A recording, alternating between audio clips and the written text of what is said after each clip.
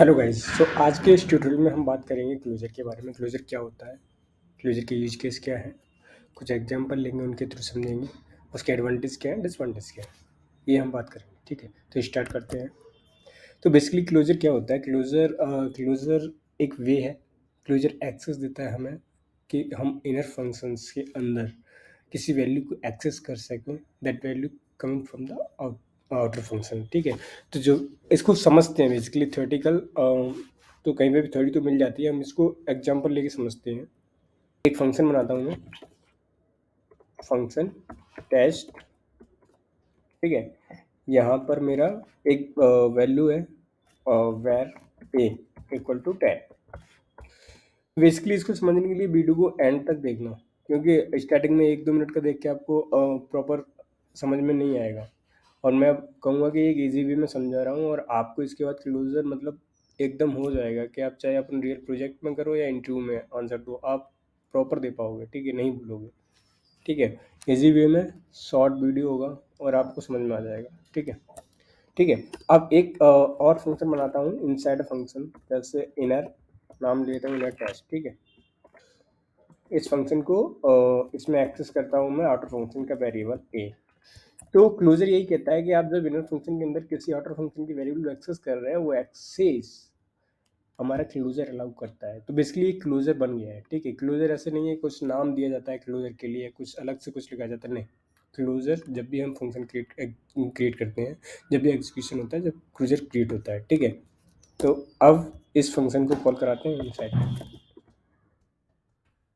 और इसको कराते हैं टेस्ट। तो आप देखोगे कि ये प्रिंट करेगा 10।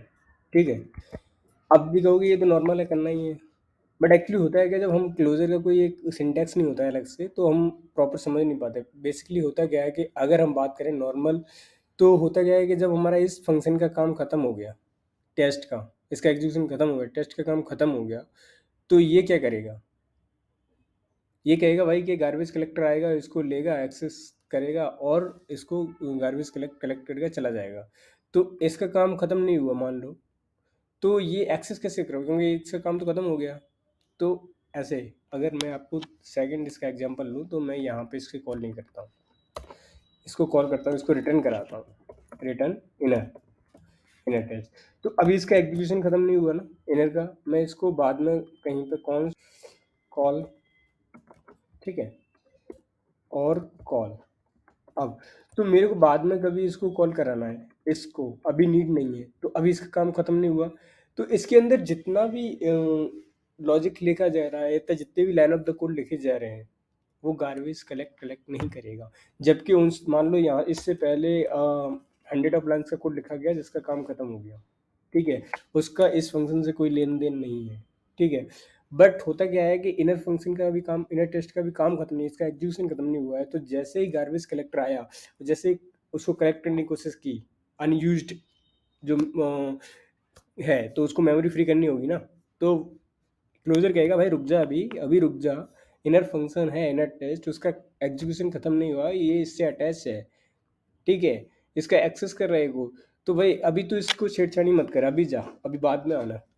तो गार्बेज कलेक्टर कहेगा ठीक है मैं बाद में आता हूँ। जैसे ही इसका एग्जीक्यूशन खत्म हुआ, जैसे ही मैंने इसको कॉल किया, ठीक है, एग्जीक्यूशन खत्म हुआ, अब गार्बेज कलेक्टर आएगा और फिर इसको फिनिश कर देगा। ठीक है, तो नॉर्मली क्लोजर के साथ ऐसे चलता है। आउटपुट सेम ही आएगा 10। बट इसका हो गया कि मैंने अभी करके रखा है, बाद में यूज कर रहा हूँ कभी भी, और पर तब तक मेरा गार्बेज कलेक्टर पूरे फंक्शन को ऐसे ही रहने देगा, कलेक्ट नहीं करेगा, चाहे उसका काम हो गया हो। मान लो यहाँ पे बेर बी था, ठीक है, 20, एंड उसमें कुछ ऑपरेशन था जिसका काम खत्म हो गया, बट स्टिल ये इसको जाने नहीं देगा। ठीक है, ठीक है, तो ये इसका एक एग्जांपल था।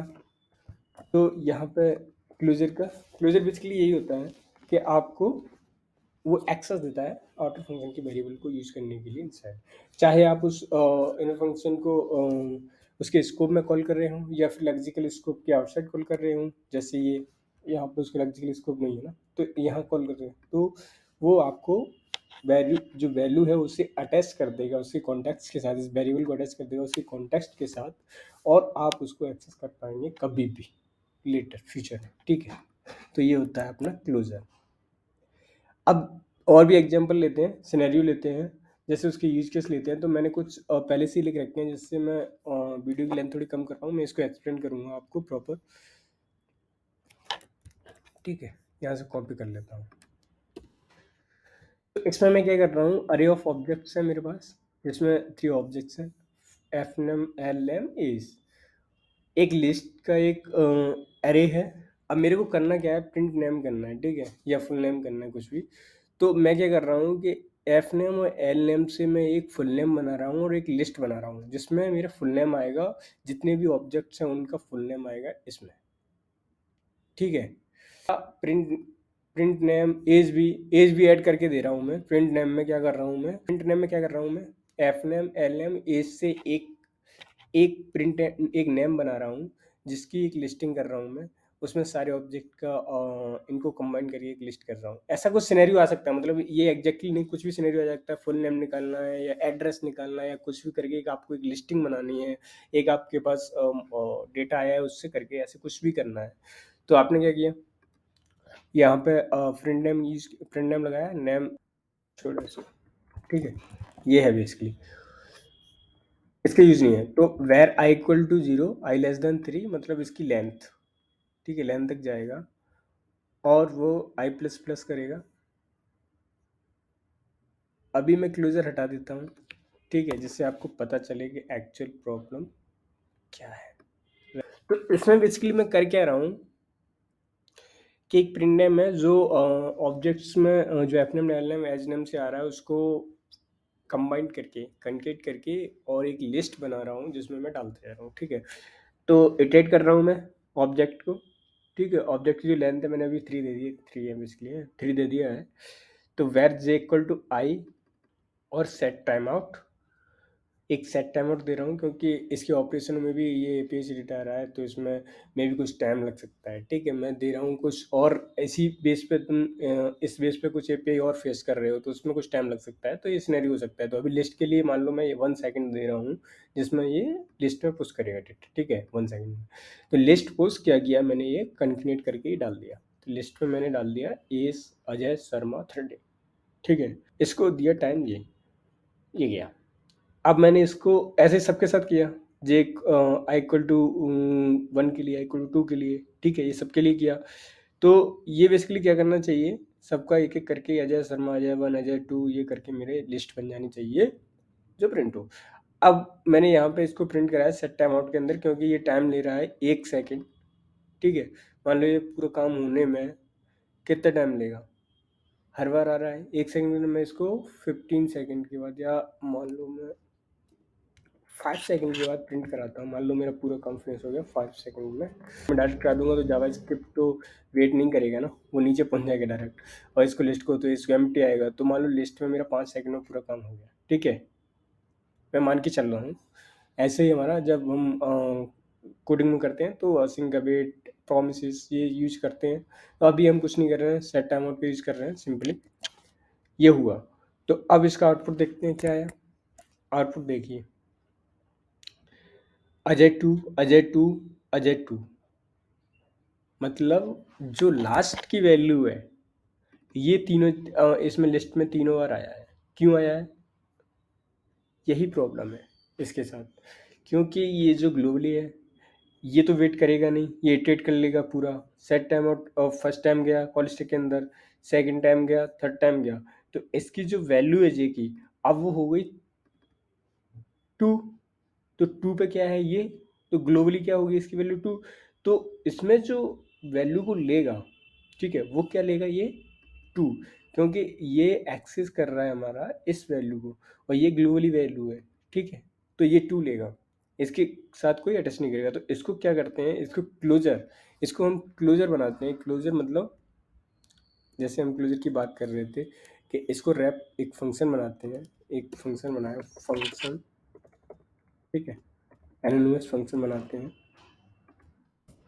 और ये पूरी जो चीज़ है ये पूरा इसको रैप करते हैं फंक्शन, और इसको एनोनिमस है इसको कॉल करते हैं, ठीक है, इसको कॉल करते हैं ठीक है, अनाउंस फंक्शन बनाया और इसको कॉल किया। तो अभी क्या है, मेरे को जो क्लोजर क्या करता है, इसकी जो वैल्यू उसके साथ अटैच करता है, तो इसकी वैल्यू मैं इसमें सेंड करूंगा। या फिर मैंने क्या किया, ए जे है जो इसकी आउटर फंक्शन की वैल्यू ले ली इसकी, तो इसकी वैल्यू ली, अब मैंने इसको भेजा, तो इसकी जो वैल्यू होगी वो जितनी बार भी इटरेट किया इसने, कि जब भेजने से पहले इसमें अटैच कर दी, J equal to zero attach कर दिया और इसको भेज दिया। अब जो सेकंड टाइम आएगा, ये अपने इसका जो फंक्शन का जो वैल्यू है उसमें आएगा, जो वन आएगा फिर वन अटैच करेगा उसके साथ भेज देगा, टू करेगा उसके साथ भेज देगा। बेसिकली ये क्लोजर क्या कर रहा है कि आपको एक्सेस दे रहा है इस फंक्शन की वैल्यू को एक्सेस करने के लिए, और इसके साथ अटैच कर रहा है एग्जीक्यूशन कॉन्टेक्स्ट के साथ। ठीक है, तो अब आपका आंसर देखोगे ना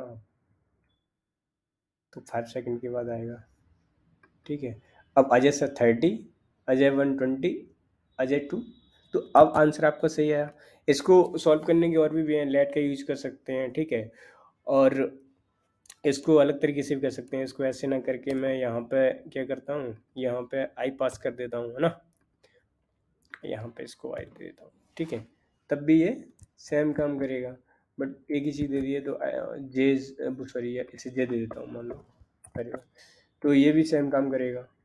तो इसको मतलब वे अलग है, मतलब अप्रोच तो वही है, अप्रोच तो वही है ना, बस उसको लिखने का तरीका अलग है। लेट के साथ करते हैं, लेट के साथ हम बताएंगे नहीं, बस बैर को रिप्लेस करना है लेट के साथ, और ये क्लोजर बनाने की नीड नहीं है, क्योंकि ये सिक्स में ये फीचर्स आ जाता है कि आप लेट यूज करते हो तो ये ऑटोमेटिकली, जो लेट है वो लोकल वेरिएबल है, हर टाइम न्यू क्रिएट होता है तो उसको ग्लोबल वैल्यू लेगा ही नहीं, हर टाइम वो न्यू वैल्यू देगा उसके साथ, इसलिए लेट इसको रिजॉल्व कर देता है। पर हम यहाँ क्लोजर पढ़ रहे हैं इसलिए क्लोजर के साथ ऐसे करना था। ठीक है, एक तो ये एग्जांपल हो गया। ऐसे सिनेरियो आते हैं, आपको रियल टाइम प्रोजेक्ट करते हो तो आपको ऐसे सिनेरियो आते हैं कि आपके पास एक लिस्ट आ रही है बहुत सारी, उसमें से कुछ डेटा मॉडिफाई करना है, एक लिस्ट अलग बनानी है, या उसका एक ऑब्जेक्ट्स में से निकाले कुछ बनाना है, तो डेटा टाइम मतलब फिर उसके बेस पे एपीआई फेच करनी है।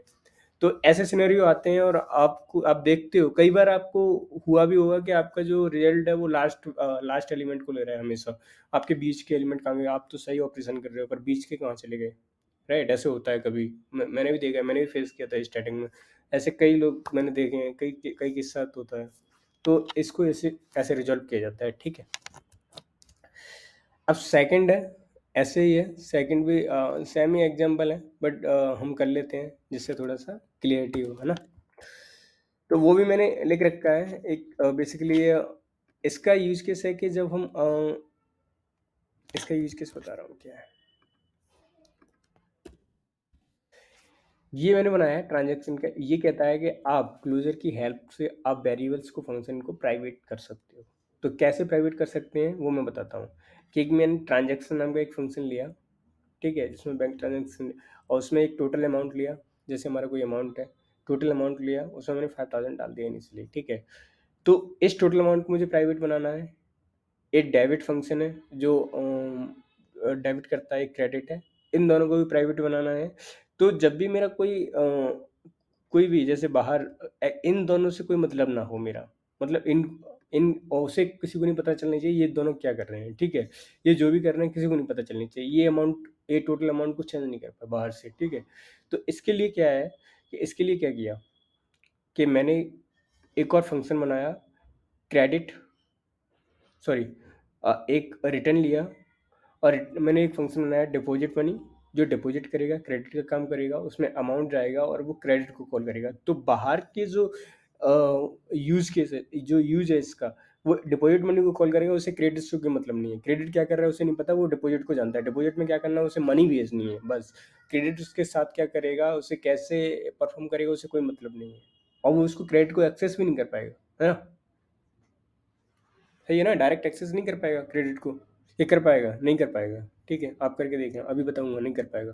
अब डिपॉजिट ऐसे ही मैंने डेबिट मनी, डेबिट से क्या रिलेशन है उसे पता नहीं, get total amount, total amount क्या है उसको कोई मतलब नहीं है, आपको टोटल अमाउंट चेक करना है, गेट टोटल अमाउंट को कॉल करो, उसके अंदर क्या है, टोटल अमाउंट है या क्या है, आप एक्सेस ही नहीं कर पाओगे, उसको पता ही नहीं है, ट्रांजेक्शन कहीं सर्विसेज है एक अलग, वहाँ से आ रहा है, मतलब एपीआई है वहाँ से आ रहा है, कहीं से भी है, ट्रांजेक्शन नाम का कॉल कर रहे हैं हम, वो कुछ भी है, हो सकता है, इसको एक सर्विसेज हो सकती है, एपीआई हो सकती है, कुछ भी बना सकते हैं मतलब। ठीक है, तो ऐसे सिनेरियो होते हैं। तो बेसिकली इस केस में क्या होगा, हमारा ये प्राइवेट हो गया, ये प्राइवेट हो गया, ये प्राइवेट हो गया।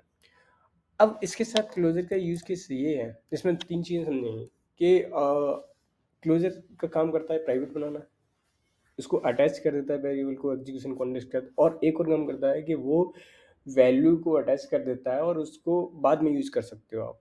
तो ऐसा नहीं है कि आपने अटैच कर दिया तो उसमें मिसबिहेव हो जाएगा या कुछ वैल्यू गलत हो जाएगी, ऐसा नहीं होता है। तो यूज़ करते हैं, देखो कस्टमर 1 आया, ट्रांजैक्शन को कॉल किया, कस्टमर 2 आया, ट्रांजैक्शन को कॉल किया, कस्टमर 3 आया, ट्रांजैक्शन मल्टी टाइम आया। अब क्या कस्टमर 1 ने क्या किया, डिपॉजिट मनी कर दी, इतने में कस्टमर 2 ने क्या किया, डिपॉजिट मनी 3000 कर दी, 1000 3000। तो बेसिकली कस्टमर 1 में 10,000 जानी चाहिए, कस्टमर 2 में 30,000 जानी चाहिए, है ना। तो अमाउंट ऐसा नहीं है कि यहाँ पे 45 हो जाएगा, इसने भी 1000 भेज दी, तो ये सेपरेट, ठीक है। तो कस्टमर 3 का गेट टोटल अमाउंट क्या होगा, अभी तो 5,000 ही होगा, इसने तो कुछ किया ही नहीं है, इसका तो डिफॉल्ट 5,000 ही है ना। हाँ, तो कस्टमर 1 ने क्या किया, डेबिट किया मनी 15,500, फिर कस्टमर 2 ने गेट टोटल अमाउंट लिया, तो एक कस्टमर, ये मनी मतलब मैं कह रहा हूँ कि जो भी ऑपरेशन चल रहा है वो टोटली डिफरेंट होना चाहिए, एक दूसरे के साथ मिसमैच नहीं होनी चाहिए। तो देखो आउटपुट देखते हैं, इनसफिशियंट अमाउंट, इसने थ्रू किया है इनसफिशियंट 36 पे, 36 पे क्या है, हाँ इसने क्या किया, डेबिट मनी किया 15,500, किसने, कस्टमर 1 ने, जबकि डिपॉजिट किया 10,000 ओनली, है ना। तो बेसिकली क्या है कि 10,000 किया, डेबिट और 5,000 था, तो 15,000 ही कर सकता था। इसमें एक उसने ये इनसफिशियंट अमाउंट, बट ये देख नहीं था, उसने कहा भाई इनसफिशियंट अमाउंट है, यूजर फ्रेंडली मैसेज देना चाहिए था। उसने बोला कि इनसफिशियंट अमाउंट है, आप इतना अमाउंट नहीं निकाल सकते, ठीक है। तो उसे उसे नहीं पता उसने कैसे क्या किया, समझ में आ रहा है ना। उसने नहीं पता कैसे क्या किया, बट ये मैसेज दे दिया, आप 15,000 एक्सेस कर रहे हो, कैसे कर रहे हो भाई, आपके अमाउंट में तो 15,000 ही है, 15,500 कैसे एक्सेस कर रहे हो, क्योंकि 10,000 आपने डिपॉजिट किया और 5,000 ऑलरेडी था। तो मैं अगर इसको 5 को हटा दूं, 0 कर दूं, तो आपको एरर नहीं आएगी शायद, रिफ्रेश करो, ठीक है। अब 5,000 इनसफिशियंट अमाउंट, फिर भी क्यों, क्योंकि उसमें 1,000 ये कंडीशन लगी हुई है, 1,000 से लेस नहीं होनी चाहिए, तो मैं 15,000 भी एक्सेस नहीं कर सकता हूँ मैं 14,000, ठीक है। अब नहीं आएगा, आपका देखो। तो पहला आया 5,000, 66 मतलब ये कस्टमर 3 गेट टोटल अमाउंट, जो कि उसमें कोई अमाउंट डिपॉजिट नहीं किया। साथ में ही देखो मैंने कॉल सारे ये ट्रांजेक्शन कॉल कर दिया एक साथ, अब यूज बाद में कर रहा हूँ, ठीक है। सेकंड में 35,000, 35,000 आया, किसका, डिपॉजिट मैंने किया 30,000, 5,000 पहले रेट था, ठीक है। अब मैंने इसको कंसोल कराया था कस्टमर 2 का गेट टोटल अमाउंट, तो 35,000 आया, कस्टमर 1 का गेट टोटल अमाउंट आएगा 1,000, ठीक है। तो 1,000, तो बेसिकली इसने क्या किया, इसमें प्राइवेट बाद में यूज कर सकते हो। ये एग्जांपल के साथ आपको समझ में आया क्लोजर कैसे वर्क करता है। तो किया क्या इस क्लोजर में, कुछ नहीं, मैंने फंक्शंस जो थे वो यूज़ किए और उनको क्लोजर के साथ बाउंड कर दिया, उनको प्राइवेट बना दिया, ठीक है। अगर मैं इस अमाउंट को मान लो मैं यहाँ देता हूँ यहाँ, तो क्या होगा, ये आउटपुट सही आएगा, नहीं आएगा, ग्लोबल वेरिएबल बन गया। अब उसको क्लोजर के साथ एक्सेस नहीं हो रहा है, वो एक क्लोजर में नहीं है। तो देखो सबके 45 31 31 ये आउटपुट है, नहीं है ना, एक एक दूसरे के साथ क्या हो रहा है, सबका अमाउंट एक साथ जा रहा है। इसको चेंज भी कर सकता है इजीली कोई भी, यहाँ से वैल्यू डाल दूंगा ना। तो ये क्लोजर क्लोजर की प्रॉपर्टी में नहीं आ रहा है, तो क्लोजर बेसिकली ये काम करता है। तो आई थिंक आपको क्लोजर समझ में आ गया होगा बिल्कुल, कि कैसे हमें जो रियल टाइम प्रोजेक्ट में कुछ सिनेरियो मिलते हैं, इससे आपको क्लियर ऐसे कुछ एपीआई से डेटा आएगा। ये एक छोटा सा एग्जांपल लिया है, ऐसे कुछ आते हैं डेटा जो, और इंटरव्यू अगर आपसे पूछता है तो। अब बात करते हैं कि इसके एडवांटेज क्या हैं, डिसएडवांटेज क्या हैं। तो बेसिकली इसमें कवर हो गए हैं एडवांटेज डिसएडवांटेज, बट फिर भी हम एक बार बात कर लेते हैं। तो एडवांटेज है कि आप किसी भी वैल्यू को इसके एग्जीक्यूशन कॉन्टेक्स्ट के साथ अटैच कर सकते हो, जैसे हम इसको कर दिया ना, बैर को इसके साथ, तो अब ये एग्जीक्यूशन कॉन्टेक्स्ट से अटैच कर दिया, तो अब ये राइट आउटपुट देगा। सेकंड है कि आप इसकी वैल्यू को अटैच कर दो, बाद में यूज़ कर लो। तो मैंने मान लो ट्रांजैक्शन कॉल किया, ये किया, मान लो यहाँ पे भी था ये, जैसे इसमें फर्स्ट वाले में कि मैंने इसको इसकी वैल्यू को ले लिया, रिटर्न कर दिया। अब मैं यूज़ करूँगा कब, मेरे को जब नीड पड़ेगी, है ना। इस लाइन नंबर 9 पे जब मैं कब, जब मेरे को लाइन नंबर 9 पे यूज़ कर रहा हूँ, कॉल कर लिया, कॉल की नीड पड़ेगी जब करूँगा, जब तक पर मेरा गार्बेज कलेक्ट नहीं कर पाएगा। तो ये भी हो गया, ठीक है। थर्ड है कि ये बेसिकली प्रोवाइड करता है कि हम थर्ड है कि बेसिकली ये हमको प्रोवाइड करता है कि हम फंक्शंस को, वेरिएबल्स को प्राइवेटली एनकैप्सुलेटेड कर सकें, ठीक है। तो वो आपने इसमें देख ही लिया ट्रांजेक्शन में, total amount and debit and credit जो फंक्शन एंड वेरिएबल है वो हमने प्राइवेट कर रखी है, एनकैप्सुलेटेड कर रखी है, ठीक है। जिनको हम डायरेक्टली यूज़ नहीं कर सकते, है ना, उनके अंदर क्या है हमें नहीं पता, हम डायरेक्ट उनको छेड़छाड़ नहीं कर सकते। तो ये एडवांटेज है। डिसएडवांटेज बेसिकली इसके डिसएडवांटेज क्या हो गया आप सोचिए। पहले में ये डिसएडवांटेज ये हो गया ना कि आप इसमें मान लो 100 ऑफ लाइन्स कोड लिखा हुआ है जिनका काम खत्म हो गया, बट गार्बेज इसको कलेक्ट नहीं कर सकता टिल जब तक इन्हें टेस्ट एग्जीक्यूशन नहीं हो जा सकता। तो मतलब एक मेमोरी ले रहा है, ये मेमोरी को फ्री नहीं कर रहा है, तो ये एक डिसएडवांटेज हो गया। सेकंड है कि जब हम बहुत सारे क्लोजर क्रिएट कर देते हैं तो हर फंक्शन है एग्जीक्यूट होगा, राइट। तो एग्जीक्यूट हुआ तो टाइम लेगा। अभी अब उनको पता नहीं चल रहा है, थोड़ा बहुत होता है, छोटा एग्जांपल लेते हैं। जब हम रियल टाइम प्रोजेक्ट करते हैं तो उसमें बहुत सारे कोड होते हैं, बहुत सारे जब हम प्रोजेक्ट बनाते हैं तो उसका थोड़ा एग्जीक्यूशन जो स्पीड होता है, जो हमारा परफॉर्मेंस होता है, थोड़ा डाउन हो जाता है। तो ये डिसएडवांटेज है, ठीक है। तो guys, thank you for watching this video. Please subscribe this channel. आपको ऐसे ही अच्छे अच्छे टॉपिक मिलेंगे और मैं कोशिश करूँगा कि आपको इजी वे में समझाऊँ, जो बहुत डिफ़िकल्ट ना हो आपको और रियल प्रोजेक्ट से रिलेटेड हो, आपको रियल प्रॉब्लम समझ में आए। तो प्लीज़ सब्सक्राइब द चैनल।